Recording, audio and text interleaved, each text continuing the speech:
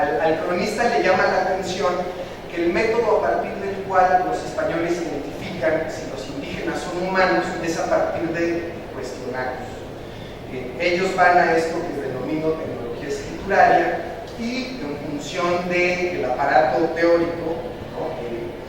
El poder material de lo escrito, pues la capacidad de la historia acumulativa va a determinar el grado de humanidad del indígena. Lévi-Strauss va a decir que es curioso que el indígena tiene un propio método para identificar la calidad humana del español, que es ahogando. Si el cuerpo se pudre, será humano. Entonces, esto nos remite a dos ciencias encontradas. Por eso es que puse aquí que, por un lado, tenemos la tecnología escrituraria como el motor de la historia occidental, y por el otro, esta ciencia empírica en la que la materialidad se transforma ya sea por podredumbre o por juego. La comunicación puede ser de muchos tipos. En cárceles corporales tenemos la transformación, tal vez la muerte del alterador, del ser enlazado que se está haciendo en algún momento pasado y al ser así, al morir se está transformando, o el sueño, la posición del sueño que podemos ver en este lado. Tenemos técnicas corporales como el levantar el dedo, el uno se levantar el dedo, que sabéis que también es una manera de comunicarse, el brazo en señal de ritual, el arte del contacto visual. Y elementos que crean comunicación, como veíamos en el ensayo 01, la hoguera y el humo, o el árbol en todas las... Yo les vengo a hablar del uso por parte de dos sociedades de la América prehispánica de la concha de estas dos especies, el Spondylus princeps, caracterizado por su color más rojizo, y el Spondylus calcifer, con un tono un poco más morado.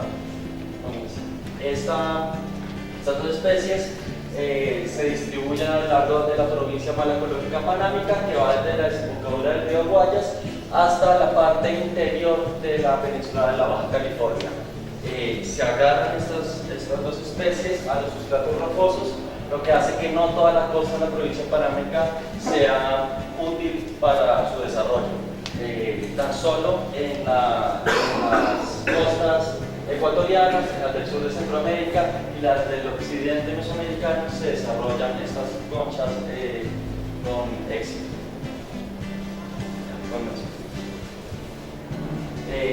Tal vez el término que más se acerca a hablar de Spondylus en Mesoamérica es el Tapachti, palabra náhuatl, que refieren a las conchas rojas. Vemos, por ejemplo, en este pleto ceremonial de Tula que se tiene una preferencia por el Spondylus princeps. Cuando se empieza a acabar el Spondylus princeps, se usa el Spondylus calcifer. Aquí se ven algunas cuentas de tono más morado. Si no, se usan conchas blancas, o si no, si ya se acaba definitivamente el material malacológico, se empieza a usar cerámica pintada de rojo. Es decir, en Mesoamérica el Tapachti se define no solo por su autenticidad en términos de especies biológicas, sino por las consecuencias que tiene, que es lo que voy a revisar en la siguiente.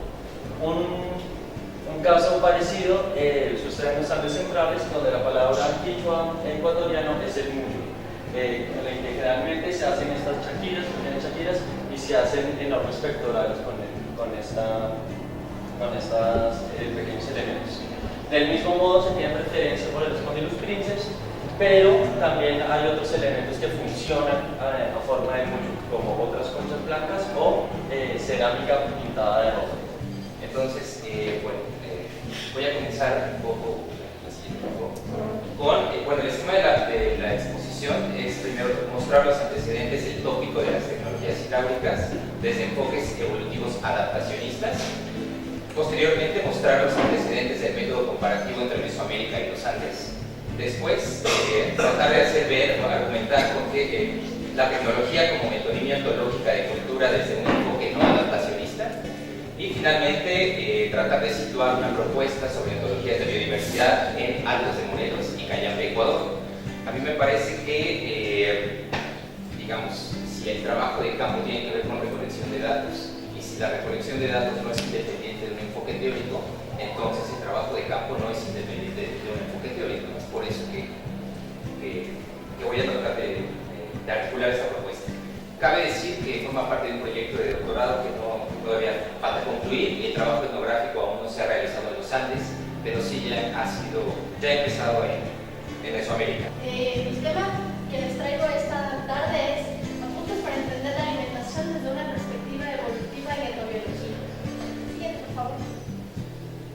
Bueno, vamos a empezar por observar los diferentes conceptos de la etnobiología. Todos tienen que ver con relaciones dinámicas, interrelaciones, relaciones culturales. Siguiente, por favor. Y la etnobiología, estudiando temas de alimentación, también ha dado cuenta de estas relaciones o de la dinámica naturaleza-cultura.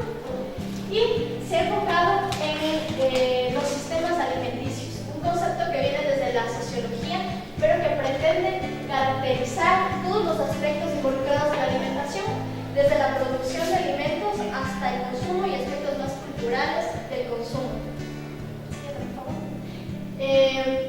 Y esto, la etnobiología también para la alimentación, así como para otros temas pertinentes, ha sido un espacio interactivo y dinámico en el que el ser humano construye categorías que nombran y organizan el entorno natural a partir de perspectivas culturales diversas.